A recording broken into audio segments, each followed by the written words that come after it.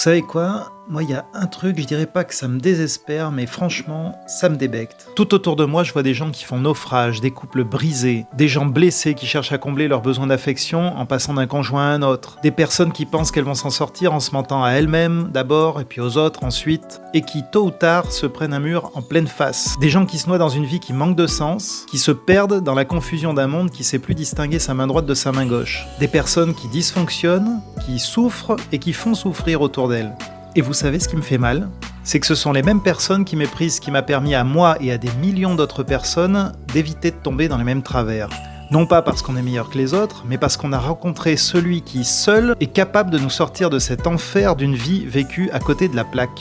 À la maison, j'ai une Bible, et dans cette Bible, on trouve l'histoire d'un homme qui construisait un bateau en plein désert. Alors évidemment, vous pouvez imaginer que ses contemporains, probablement, se moquaient de lui en fait. Vous imaginez quoi? Un dingue, un type qui construit un bateau en plein désert.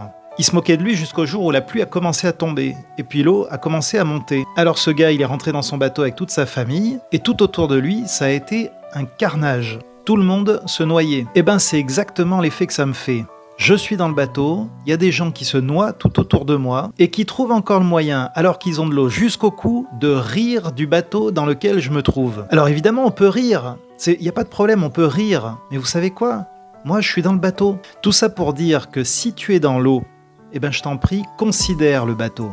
Au moins considère-le. Va à la rencontre de son capitaine, et pour ça, c'est pas très compliqué. Tu prends un évangile, tu le lis, Luc, Marc, Jean, qui tu veux, Matthieu, voilà. Tu lis l'évangile, tu te laisses interpeller par la vie du Christ, tu demandes à Jésus de se révéler à toi et tu t'attends à lui, avec un cœur sincère. Et si après avoir fait ça, tu veux encore rire du bateau, bienvenue parmi les moqueurs. Mais rappelle-toi que de ce côté-ci, on a les pieds au sec.